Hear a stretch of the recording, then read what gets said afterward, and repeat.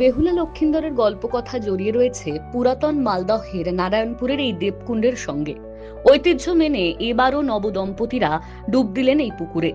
সুখী দাম্পত্য জীবন কামনায় ভাসিয়ে দিল বিয়ের ফুল, মালা, টোপর। কথিত আছে বেহুলা নাকি তার স্বামী লক্ষিন্দরের প্রাণ ফিরে পেয়েছিল এখানে। সেই থেকে বুদ্ধ পূর্ণিমায় এই পুকুরে স্নান ও পুজোর রেওয়াজ শুরু। শুক্রবার ভোর থেকেই মানুষের ঢল নামে 88 নম্বর বিএসএফ ক্যাম্পের ভেতরে এই পুকুরে।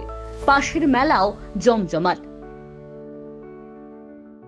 দেবপুরের মেলায় এসেছি আমরা। এখানে নবদম্পতি যারা বহু প্রাচীন, এটা আগেকার বেহুলা লক্ষিন্দর যেটা করেছে, বেহুলা লক্ষিন্দরকে যেটা জীবদান করেছে, এটা ওটাই কাহিনী নিয়ে এখানে আমরা সবাই যারা নতুন বিয়ে হয় তারা এখানে আসে, স্নান করে, তাদের পুণ্য অর্জন করে, আবার মালাগুলো মুটুক মালা সব ছেড়ে যায় এখানে দিয়ে পুজো টুজো করে সবাই বাড়ি যায়। হ্যাঁ, নবদম্পতিরা আসে।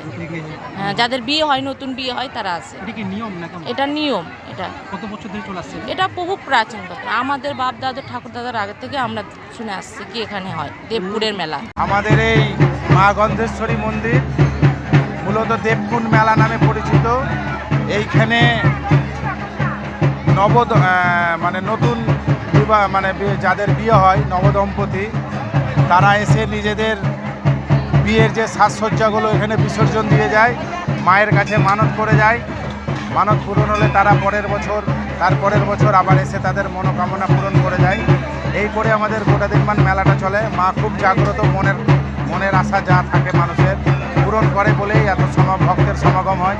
দিন দিন মেলাটা আস্তে আস্তে আরো বাড়ছে। ডুব দিয়ে সুখী দাম্পত্য প্রার্থনা করেন নবদম্পতিরা। এসছি আজকে এখানে তোমার বেহুলা লক্ষিন্দরের একটা রীতি রিবাজ আছে যে এখানে বিয়ের পর ফুলের মালা টালা যত সব কিছু এখানে ভাসে দিতে হয়। তো আজকে আমরা এখানে এই অনুষ্ঠানে আসছি। এই যে পূজার 1 বছর হলো আমাদের এগুলো ভাসানোর জন্য এখানে আসছি। আমরা এখানে নারায়ণপুরের দেবকুণ্ডতে এসেছি। এখানে হলো বিয়ের যাবতীয় মালা ফুল যেগুলো হয় সেগুলো হলো এখানে ভাসানো হয়। তাই আমাদের বিয়ের 1 বছর সম্পূর্ণ হয়েছে, তাই আমরা আজকে ভাসাতে এসেছি। এই মেলার দিন ক্যাম্পের ভেতরে সাধারণ মানুষরা ঢুকে পড়তে পারেন বিনা বাধায়। The wall bureau.